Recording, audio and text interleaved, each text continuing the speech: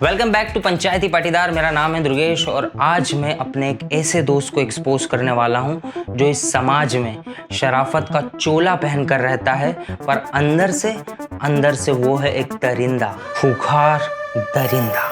इस आदमी ने बिग बॉस और डांस इंडिया डांस जैसे शोज की कास्टिंग की है। ये मुझे एक फिल्म के सेट पे मिला था। मैं पहली नज़र में ही समझ गया था कि इससे ज़्यादा वाहियात, घटिया, कमीना, कुत्ता, हरामी, ठरकी, हौसी टाइप का इंसान कहीं नहीं मिलेगा। गीला आशिक। इस आदमी ने कोविड टाइम पर एक इतनी घटिया हरकत करी जिसने मुझे ज़िंदगी भर का ट्रॉमा दिया है। तो आइए समाज में छुपे इस दरिंदे को एक्सपोज करते हैं पंचायती पाटीदार में।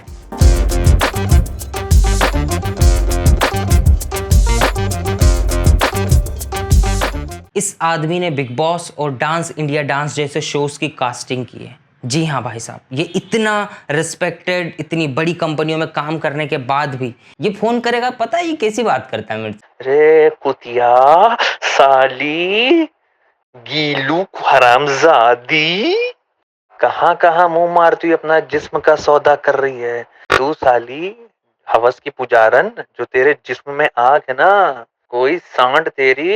अबे साले, ये कोई बात है करने की? मैं जिस्म का सौदा करूंगा फराज?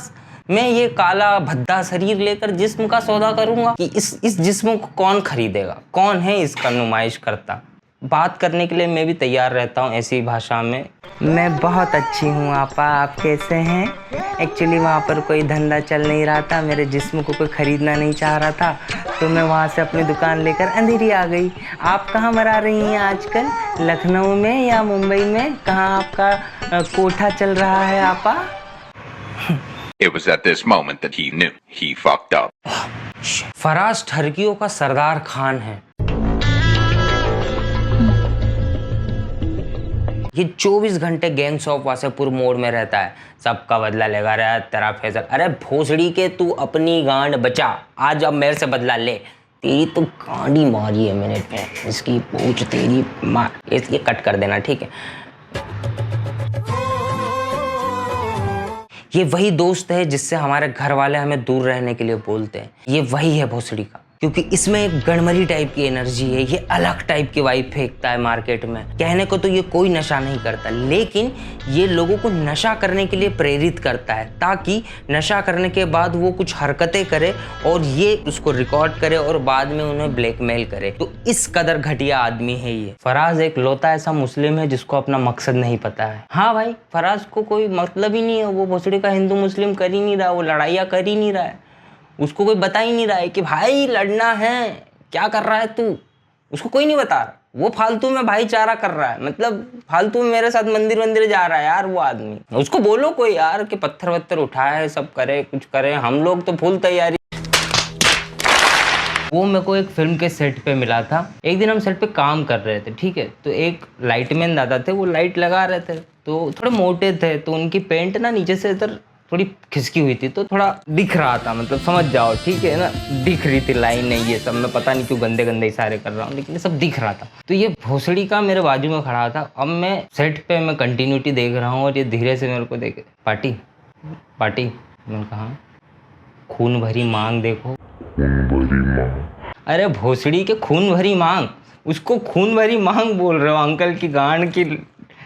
कौन है ये लोग, कहाँ से आते हैं ये? इस आदमी ने कोविड टाइम पर इतनी घटिया हरकत करी है जिसे मैं जिंदगी भर नहीं भूल सकता। पहला लॉकडाउन लगा, मैं अंधेरी में रह रहा था। मैं 6 महीनों से घर से नहीं निकला था। मैं थोड़ा परेशान था, तो मैंने सोचा किसी दोस्त से बात की जाए।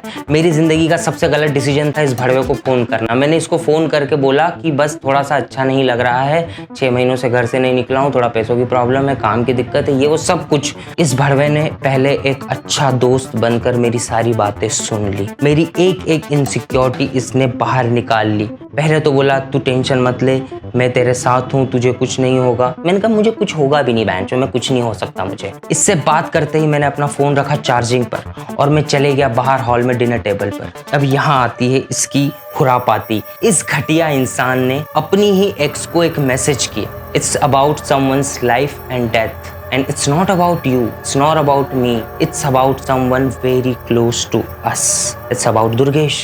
इसकी एक्स हमारी कॉमन फ्रेंड है। ये सुनते ही मेरी फ्रेंड ने इस घटिया आदमी को फोन किया। जैसे ही उसने फ़ोन किया ये फूट फूट कर रोने लगा, ज़ोर ज़ोर से कि प्लीज़ उसे बचा लो, उसे कुछ होना नहीं चाहिए, वो मेरा एक लौता दोस्त है बॉम्बे में, मैं उसे खोना नहीं चाहता, please do something babe, I don't know why I am saying to babe to you, you are my ex but please do something. इसका चालू। ये सुनते ही मेरी फ्रेंड की फट गई, फटेगी, किसी की भी फटेगी। उसने पूछा क्या हुआ। इस हरामजादे ने उसे कुछ ऐसा बताया जिसकी वजह से वो भी परेशान हो गई और उसे मेरा एड्रेस भी नहीं पता था कि मैं कहाँ रह रहा हूँ, पर वो मुझे ढूंढने निकली। यहाँ मैं अपना फ़ोन साइलेंट पर रखकर बाहर डाइनिंग टेबल पर गप्पे लड़ा रहा हूँ, राजमा चावल खा रहा हूँ। मुझे नहीं पता था कि मेरी ही टेंशन को बम्बू बनाकर ये आदमी मेरे पिछवाड़े में डाल देगा। 45 मिनट तक डाइनिंग टेबल पर गप्पे लड़ाने और राजमा चावल लपेट लेने के बाद जाता हूँ अपने रूम में, और अपने रूम में जाकर देखता हूँ कि मेरे फ़ोन पर हैं 27 मिस कॉल, और वो 27 मिस कॉल किसी और के नहीं, मेरी फ्रेंड और इस हरामजादे की एक्स के है। ये देखकर मेरी गांड थोड़ी फट गई कि इसने क्यों फ़ोन कर दिया, क्या हो गया, इन लोगों का ब्रेकअप हो चुका है। तो मैंने तत्काल उसे कॉल बैक किया। मैंने जैसे ही उसे फ़ोन किया उसने फ़ोन उठाया और वो रोने लगी कि ब्रो वेयर आर यू, तू ठीक है ना, तुझे क्या हुआ, तू क्यों ये सब कर रहा है। मैं क्या कर रहा हूँ मैं सोच रहा हूँ मैं राजमा चावल नहीं खाना चाहिए मुझे, क्या, मैं समझा नहीं। इस आदमी ने 6 महीने बाद अपनी एक्स को सिर्फ इसलिए फ़ोन किया ताकि वो मेरी गांड मार सके, और उसने मारी। इस हरामजादे ने उसे फ़ोन करके बताया कि मेरी अभी अभी दुर्गेश से बात हुई और वो काफ़ी डिप्रेस है, वो रो रहा था, वो बहकी बातें कर रहा था, वो बोल रहा था कि मैं 26 माले से कूद जाऊंगा। तो मैं नहीं चाहता कि वो ऐसा कोई स्टेप ले, प्लीज़ तुम जाओ और उसे बचाओ मेरी खातिर, बिकॉज दुर्गेश ये कर सकता है, उसकी मानसिक स्थिति ठीक नहीं है, उसका दिमाग का संतुलन बिगड़ चुका है। उसने ये सब बातें मेरी फ्रेंड को बताई। ये सुनते ही उसकी भी गांड फट गई, ऑफ कोर्स किसी की भी फट जाएगी। तो उस बेचारी ने पूछा कि मैं क्या करूं। इस हरामजादे ने कहा कि तुम जाओ। उसने ऑटो पकड़ा और वो ढूंढने लगी 26 माले की बिल्डिंग, इस इंतजार में कि इस बिल्डिंग से अभी मेरा एक दोस्त दुर्गेश पाटीदार कूदेगा। इस थॉट के साथ उसे घर से निकलने पर मजबूर किया फराज अख्तर ने। अंततः उसे कुछ नहीं मिलता, ना उसे 26 मालों की बिल्डिंग मिलती है, ना उसे मरा हुआ दुर्गेश मिलता है। उसे मिलता है एक सदमा कि उसका एक्स सच में कितना वाहियात था। उसके लिए किसी की जान लेना सिर्फ एक मजाक है। इस टाइप के दोस्त मेरे आसपास क्यों हैं भोसड़ी के, मुझे आज तक मलाल है। इस घटना के बाद मैंने इस आदमी से दोस्ती तोड़ने की पूरी कोशिश की, पर इस भड़वे ने मुझे दोस्ती तोड़नी नहीं दी। ये साला कीड़ा है जो चिपक के रहता है, ये कहीं छोड़ कर नहीं जाता। मजा आ गई, क्या बताना पड़ता है इस आदमी के बारे में, मैं थक गया भाई साहब। ऐसे और भी कई कीड़े हैं जो मेरे आसपास भटकते रहते हैं, जो मेरे दोस्तों के रूप में। मैं जल्द ही उन्हें एक्सपोज करूंगा। अगले वीडियो में मैं एक्सपोज करने वाला हूं एक ऐसे झाटू आदमी को जिसकी एग्जिस्टेंस अपने आप में वाहियात है।